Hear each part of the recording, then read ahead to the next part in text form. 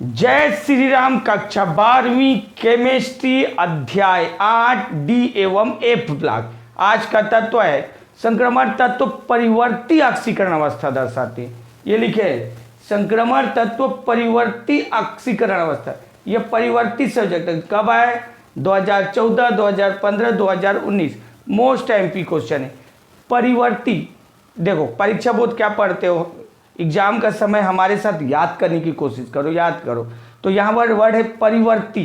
परिवर्ती मतलब परिवर्तन, परिवर्तन मतलब अलग अलग, परिवर्ती मतलब परिवर्तन, परिवर्तन मतलब अलग अलग। संक्रमण तत्व अलग अलग ऑक्सीकरण अवस्था दर्शाते। जैसे बात करें Fe2+ और Fe3+, ये जो Fe2+ भी दर्शाता है और 3+ मतलब अपनी ऑक्सीकरण अवस्था में परिवर्तन कर दिया। जैसे कॉपर की बात करें Cu+ Cu2+ ये भी दर्शाता है, Cu+ दर्शाता है Cu2+ मतलब अपनी ऑक्सीकरण अवस्था क्या कर रहे हैं, बदल रहे हैं। तो क्वेश्चन यही पूछ रहा है भाई ये लोग ऑक्सीकरण अवस्था क्यों बदल रहे हैं, तो परिवर्ती ऑक्सीकरण अवस्था क्यों दर्शा। जानते हो संक्रमण तत्व +1 से लेके +1 से लेके +1, थोड़ा उल्टा हो रहा है गड़बड़, +1 से लेके +7 तक ऑक्सीकरण अवस्था दर्शाते हैं।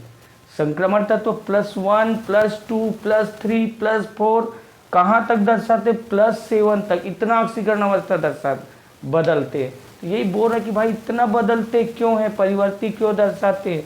अच्छा अब ध्यान से सुनो ना, तुम लोग जानते हैं इनके बाहरी कक्षा की इलेक्ट्रॉनिक विन्यास ये 4s 3d, सबसे बाहर में 4s है, अंदर में कौन है 3d है। समझिए ये सबसे बाहर में है तो इसकी ऊर्जा अधिक होगी, और ये अंदर है, अंदर है तो इसकी ऊर्जा क्या होगी, कम होगी।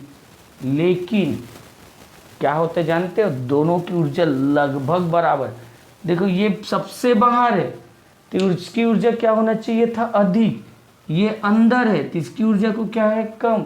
लेकिन इन दोनों का ऊर्जा क्या था, बराबर था। ऊर्जा बराबर होने के कारण देख इसका इलेक्ट्रॉन तो बंद बनाने में भाग ले गई, इसका इलेक्ट्रॉन बंद बनाने में भाग ले गई, ऊर्जा बराबर होने के कारण इसका भी इलेक्ट्रॉन बंद बनाने में भाग लेता है। मतलब 4s के साथ साथ 3d का भी इलेक्ट्रॉन बंद बनाने में भाग लेता है। देख ये तो बाहर है इसलिए तो बंद बनाने में भाग लेगा ही। सवाल उठता है 3d ये भी बंद बनाने में भाग ले लेता है, क्यों, ऊर्जा बराबर है। अब दोनों का बंद बनाने में भाग लेते हैं, ऑक्सीकरण अवस्था बदल जाती है। ऑक्सीकरण अवस्था बदल, देख मैं बोला हूँ +7 तक ऑक्सीकरण अवस्था है। मैग्नीज दर्शाता है, मैग्नीज क्या दर्शाते हैं, +7। जैसे मैग्नीज का बता रहा हूँ कैसे +7 हुआ। मैग्नीज का परमाणु क्रमांक 25 होता है। इलेक्ट्रॉनिक विन्यास भर रहा हूँ 2, 1s2 2s2, s में 2 इलेक्ट्रॉन भरते ना, तो यहाँ भी 2 भरे, यहाँ भी 2। p में 6 भरते, s में फिर 2 भरेंगे, p में 6, s में 2, यहाँ तक पूरा 20 हो गया। अब 20 हो गया तो यहाँ 5। अब देख इसका भी भाग लेगा और इसका भी, तो यहाँ से 2 और यहाँ का 5, 2 और 5 कितना हुआ, 7। इसीलिए मैग्नीज का अधिकतम कितना ऑक्सीकरण अवस्था होता है, +7। पूछा गया मैग्नीज का +7 ऑक्सीकरण क्यों है, तो वही बोल रहे कि यहाँ 4s का 2 और +5, 5 और 2 7 सबसे ज़्यादा। तो अच्छा अब आंसर लिखोगे तो आंसर पता चल गया कि इन दोनों का ऊर्जा लगभग बराबर होता है, इसलिए दोनों के इलेक्ट्रॉन बंद बनाने में भाग लेते हैं। इसलिए अब यहीं पे अब देखो 4s, ये जो 4 को अगर n मान रहा हूँ तो ये ns 4 में 1 कम है तो n-1, 4 में 1 कम तो n में 1 कम, 4 में 1 कम 3 तो n में 1 कम n-1d। तो तुम लोग आंसर लिखना है। संक्रमण तत्वों के ns और n-1d कक्षक की ऊर्जा लगभग बराबर थे। आंसर मैं बोलने जा रहा हूँ, संक्रमण तत्वों के ns और n-1d कक्षक की ऊर्जा लगभग बराबर है, अतः ns कक्षक के इलेक्ट्रॉन के साथ साथ n-1d कक्षक के भी इलेक्ट्रॉन बंद बनाने में भाग लेते हैं, इसीलिए इनकी ऑक्सीकरण अवस्था बदल जाती। इनकी ऑक्सीकरण अवस्था +1 से लेके +7 तक हो सकती है। जो सबसे अधिक ऑक्सीकरण अवस्था मैग्नीज +7 तक दर्शाता है। क्यों दर्शाते हैं यहाँ बताए थे। यहाँ के 2 इलेक्ट्रॉन और यहाँ के 5, 2 और 5 टोटल 7 भाग लेते हैं। अच्छा इधर और देखो, जैसे Fe2+, इसको फेरस बोलते हैं, ये याद रखना, इसको फेरिक बोलते हैं। और Cu2+, ये क्यूप्रस, इसको क्या बोलते हैं, क्यूप्रस, और इसको क्यूप्री। ये 2 ठीक उदाहरण दे देना परिवर्ती ऑक्सीकरण का अवस्था का, और याद रखना ये नाम बहुत काम का है। Fe2+ को क्या बोलते हैं, फेरस, Fe3+ को क्या बोलते हैं, फेरिक, और Cu+ को क्या बोलते हैं, क्यूप्रस, Cu2+ को क्या बोलते हैं, क्यूप्रिक। अच्छा जो बोला हूं अब उसको लिख रहा हूं, तो समझाए थे वो यहां लिख दिया है। देखो, संक्रमण तत्व परिवर्ती ऑक्सीकरण अवस्था दर्शाते हैं क्योंकि NS और N-1D कक्षक की ऊर्जा लगभग बराबर है। यही वर्ड वो ढूंढ रहा है कि NS और तथा N-D कक्षक की ऊर्जा लगभग बराबर होती है। तो NS कक्षक के इलेक्ट्रॉन के साथ साथ, इसके इलेक्ट्रॉन के साथ साथ N-1D कक्षक के भी इलेक्ट्रॉन, N-1D कक्षक के भी इलेक्ट्रॉन बंध बनाने में भाग लेते हैं। और जानते हैं इसकी ऑक्सीकरण अवस्था कहां से कहां तक हो सकती है, +1 से +7 तक हो सकती है।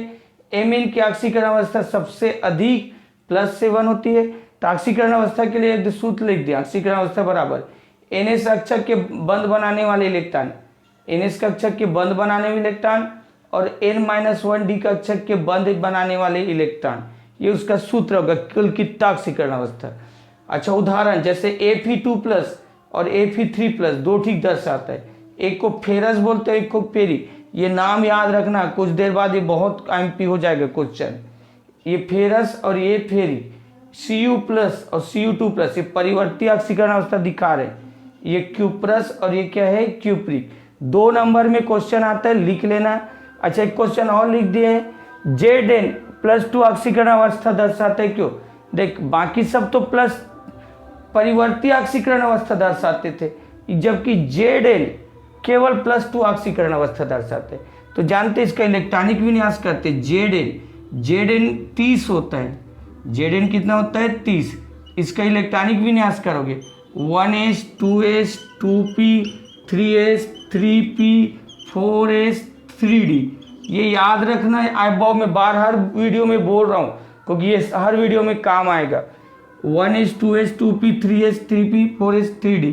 अच्छा मैं तुमको बोला हूँ एस कक्षक में 2 इलेक्ट्रॉन, p में 6 और d में 10। तो ये देख 30 भरना है। ये 2 एस है तो 2, एस है तो 2, p है तो 6, एस है तो 2, p है तो 6, एस है तो 2, 20 यहाँ तक हो गया। तो हमारे पास 30 है तो 3d10। तो हाँ देखो अंतिम इलेक्ट्रॉन में इसका इलेक्ट्रॉनिक विन्यास 4s2 3d10 30 हो गया ना। तो ये लिखें Zn के अंतिम कक्षक का इलेक्ट्रॉनिक विन्यास 4s2 3d10 है। Zn के अंतिम कक्षक का इलेक्ट्रॉनिक विन्यास देख, अंतिम कक्षक 4s2 3d10 है। डी कक्षक पूर्ण भरा हुआ है। देख डी कक्षक में 5 डब्बा होते हैं, डी कक्षक में 5 और एक डब्बा में कितने इलेक्ट्रॉन, 2 इलेक्ट्रॉन। तो पूरा 10 इलेक्ट्रॉन भरे। क्या लिखे, डी कक्षक पूर्ण भरा है, अतः 3d कक्षक अधिक स्थायी है। पूर्ण भरा है इसलिए ये कक्षक क्या है, अधिक स्थायी है। तो इसके इलेक्ट्रॉन बंध बनाने में भाग नहीं लेंगे, तो केवल किसके इलेक्ट्रॉन लेंगे, इसका बंध बनाने में भाग नहीं लिए तो किसका इलेक्ट्रॉन लेंगे, 4s का।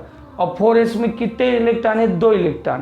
तो आगे लिख दिए 3d कक्षक के अधिक स्थायी है, केवल 4s कक्षक के इलेक्ट्रॉन ही बंध बनाने में भाग लेंगे। इसके अधिक स्थायी तो भाग नहीं लेंगे, केवल किसके भाग लेंगे, 4s कक्षक के। और 4s कक्षक के भाग लेंगे तो Zn का ऑक्सीकरण अवस्था केवल +2। बाकी यहाँ पर बोले थे ना 4s भी भाग लेगा और 3d भी भाग लेता है, लेकिन यहाँ पर केवल कौन भाग लेता है, 4s। अच्छा वैसे इनका भी Zn CD Hg सभी के +2 ऑक्सीकरण अवस्था दर्शाते। तो सब अगर क्वेश्चन पूछ दे इनका सबका तो यही आंसर होगा। ठीक है, स्क्रीनशॉट ले लो। अच्छा लगा मेरा ये चैनल सब्सक्राइब करें, बेल आइकन जरूर दबाइएगा। आप सभी को मेरी ढेर सारी शुभकामनाएं।